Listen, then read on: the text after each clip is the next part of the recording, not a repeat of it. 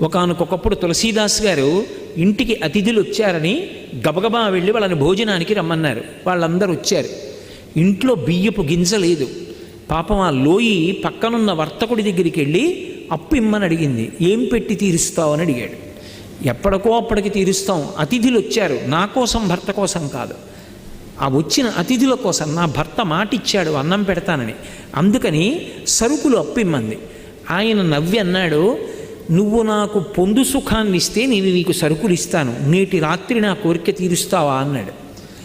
భర్త మాట నిలబడాలి, మహాత్ములకి అన్నం పెట్టాలని, ఆయన మాట పోకూడదని సరేనని సరుకులు తెచ్చింది. వచ్చిన అతిథులకు అన్నం పెట్టేశారు. వాళ్ళందరూ వెళ్ళిపోయారు.